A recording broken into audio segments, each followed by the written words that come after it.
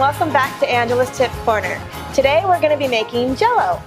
It's that time of year. Everybody's got resolutions. Everybody wants to lose weight. I'm going to show you how to fix your sweet tooth, be able to stick to your diet at the same time. A lot of people don't realize homemade Jello is so easy to do from scratch. All you got to do is get yourself some of these instant dissolved gelatin packets.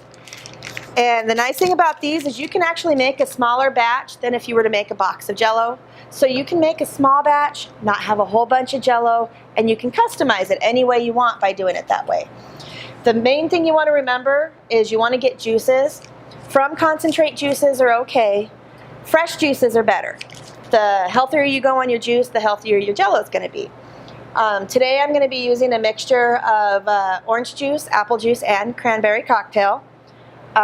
Those pair well with all different kinds of fruits. If you want a neutral juice, apple juice, it kind of hides behind the other fruit flavors. You won't even notice the apple really. So if you want a really strong like raspberry, use apple juice as your juice, use your fresh raspberries, and you will have a beautiful flavor. Also, with fruits, fresh fruits of course are always great. Frozen fruits, believe it or not, are also another great route to go because when you let them thaw, you can use the juice off of them as your juice for your base. But you can also do the dried fruits. You just reconstitute them with whatever juice you're using. Just remember, these are going to have a higher sugar content than the fresh fruits or the frozen fruits. So you want to keep that in mind if you're a little bit diabetic. So first off, you're going to do what's called blooming your gelatin. And we're just going to do one packet at a time because one packet is good for 1 cup of juice. And it's just the instructions are on every packet, so you can't go wrong as long as you read the instructions. So let's go apple juice. So to bloom your gelatin, you need 1/4 cup of juice.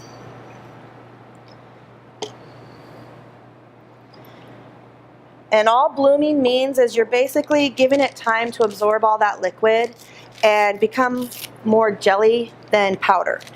And when you sprinkle it, you're just going to want to make sure you get it sprinkled nice and evenly. And it needs to sit for about a minute before you can use it.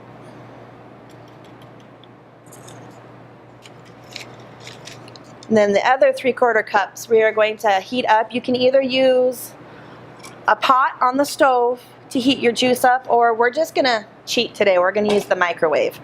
It takes about a minute to a minute and a half to get your juice to boiling, and that's what you want it at because that's going to be perfect for dissolving your gelatin. Alright, so my juice is nice and hot. My gelatin's nice and bloomed, so I'm going to very carefully, because this is hot, you're going to add your gelatin right to that mixture, and you're going to stir it up until that gelatin's all dissolved.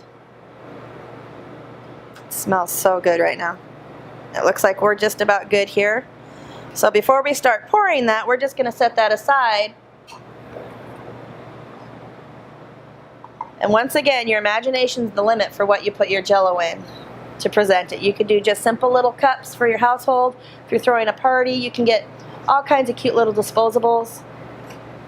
And so what you're going to do is you're going to go through and you're going to decide what fruit you want in here. So since I've got orange juice in here, we're going to do some mandarins in some of these.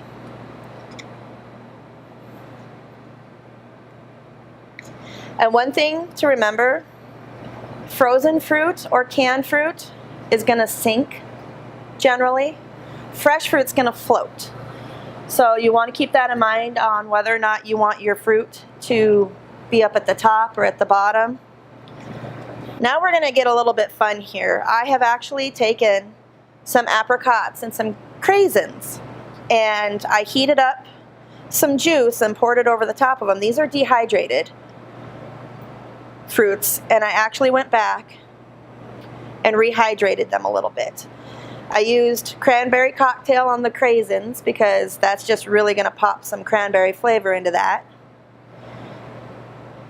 And on the apricots, I just used apple juice. So now that we've got those set up kind of pretty, I think I'm going to throw some blueberries over here in this one, strawberries in this one. Like I said, it's completely up to whatever kind of fruit you feel like you're in the mood for. And then just carefully pour it back in.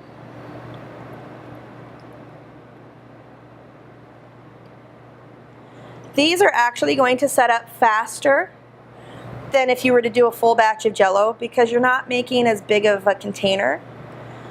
So instead of taking 4 hours for these to set, they'll probably only take about an hour or so.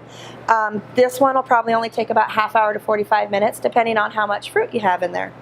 So we're going to quickly set those in the cooler. I'm going to get everything wiped up and we'll start on our next one. I'm actually going to show you something you can do. This is with frozen fruits. I thawed these overnight. I had strawberries, raspberries, and blueberries.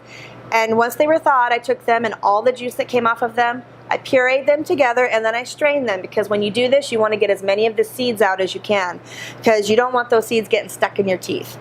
But this left me with this really just beautiful colored puree. I have 3/4 cup here, so we're still going to need that extra 1/4 cup of juice. So we're going to use a 1/4 cup of cranberry juice to bloom our gelatin. Just like before, you're just going to sprinkle it nice and evenly over the top. And then while it's waiting, we're going to pop our puree into the microwave to heat it up just like we did for this previous batch. All right, I downsized back to my little cup, just simply it's easier to pour this way. So we're going to go ahead and add in our bloom gelatin, just like before. And if it doesn't completely dissolve in, that's fine, that happens. It's not gonna affect anything. It's still gonna turn out delicious. Get that all in there. And you wanna try and get as much of that gelatin in there as you can. And just like the first time, we're gonna go ahead and stir that to get it nice and dissolved. And this is gonna be a nice opaque. It's not gonna be a clear Jello. It's gonna be, you're gonna tell there's definitely some pulp in there, but it's gonna be so tasty. This is actually one that I like to make, honestly, around Thanksgiving, because you can use this in place of, say, cranberry sauce. All right, and I'm gonna pop these in the cooler now and let them set. And when I'm back, we'll have the finished product for you. Some that I actually made earlier, just so I could show you how they turned out. These two, I did so that I can show you the difference between fresh fruit and frozen fruit. Now if you look, the fresh fruit, you can see the fruit has all floated to the top and you've got that nice clear layer of Jello underneath. Whereas the frozen, if you look closely, you can see the strawberry stayed down in the bottom and they didn't all float to the top. It stayed. So it's just a matter of preference. If you want to use fresh fruit, but you don't want it all up at the top, about halfway through its setting process, go in and just give it a stir and push some of the fruit down. And once it's half solidified, it will stay where you put your fruit at and it'll still have a nice smooth top by the time you're done. And then these ones here that I did, I actually used some box gelatin. I used pineapple flavor and then I used orange juice instead of water. And that's just gonna really amplify the flavor. So like I said, if you don't have just plain gelatin, box gelatin works just as well.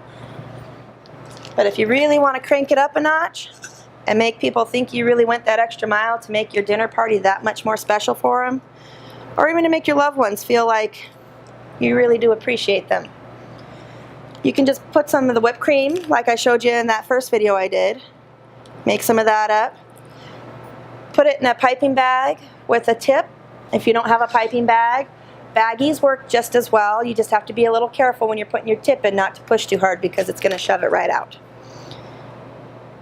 And you can either do as much or as little as you want on the whipped cream. And that's guaranteed to put a smile on anybody's face. It's guaranteed to fix that sweet tooth you're having. And I guarantee it'll help you stay on your diet. Thanks again, and I look forward to seeing you next time.